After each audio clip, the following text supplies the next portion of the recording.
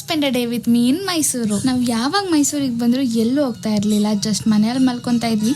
Maximum ಅಂದ್ರೆ ಫೋರಮಿಗೆ ಹೋಗ್ತಾ ಇದ್ವಿ. ಬಟ್ ಈ ಸಲ ಆಗ ಮಾಡೋದ್ ಬೇಡ, ಒಂದ್ ಸ್ವಲ್ಪ ಪ್ಲೇಸಸ್ ಎಕ್ಸ್ಪ್ಲೋರ್ ಮಾಡೋಣ ಅಂತ ಅನ್ಕೊಂಡಿದೀವಿ. ಅಂಡ್ ನಮ್ಮ ಫಸ್ಟ್ ಸ್ಟಾಪ್ ಬಂದು ಚಾಮುಂಡಿ ಬೆಟ್ಟ. ಮೈಸೂರಲ್ಲಿ ಇದಕ್ಕಿಂತ ಫೇಮಸ್ ಪ್ಲೇಸ್ ಯಾವ್ದಿದೆ ಅಲ್ವಾ? ಅಂಡ್ ಅದರಲ್ಲೂ ಕೂಡ ಮೈಸೂರಿಗೆ ಬಂದು ಬೇರೆ ಎಲ್ಲ ನೋಡ್ಕೊಂಡು ಚಾಮುಂಡಿ ಬೆಟ್ಟ ನೋಡ್ದಲ್ಲೇ ಹೋಗೋದಕ್ಕಾಗುತ್ತೆ. ಆದ್ರೆ ಬೇರೆ ದಿನ ಹೋಗ್ಬೇಕಾಗಿತ್ತು ಅನ್ಸುತ್ತೆ, ಯಾಕಂದ್ರೆ ಇವತ್ತು ರಜಾ ಅಂತ ಎಷ್ಟು ಜನ ಇದ್ರು ಗೊತ್ತಾ.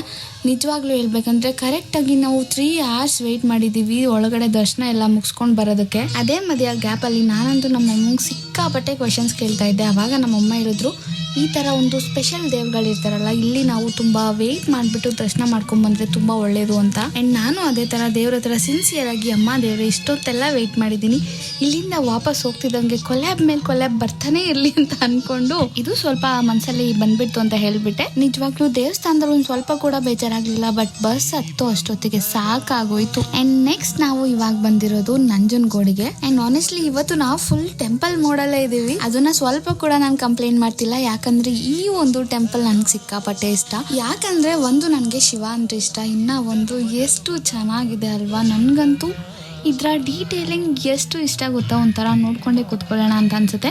ಇಲ್ಲಿ ಕುತ್ಕೊಂಡೆ ನಾನು ಅನ್ಕೊಂಡೆ, ನಾನು ಯಾಕೆ ಫೋಟೋಗ್ರಾಫರ್ ಆಗ್ಬಾರ್ದಾಗಿತ್ತು ಅಂತ. ಹಾಗೆ ನಾವು ಅನ್ಕೊಂಡಿದ್ ಎಲ್ಲ ಕೂಡ ಆಗಲ್ಲ ಅದನ್ನು ಅನ್ಕೊಂಡು. So day 1 in Mysuru is done. ಇವತ್ತಂತೂ ತುಂಬಾ ಚೆನ್ನಾಗಿತ್ತಲ್ವಾ. ಮತ್ತೆ ನಾಳೆ ಸಿಗ್ತೀನಿ, ನಾಳೆ ಎಲ್ಲೆಲ್ಲಿ ಹೋದೆ ಏನೇನ್ ಮಾಡಿದೆ ಅಂತ ತೋರಿಸ್ತೀನಿ. ಅಲ್ಲಿವರೆಗೂ ಮತ್ತೆ ಸಿಗುವ, ಬಾಯ್.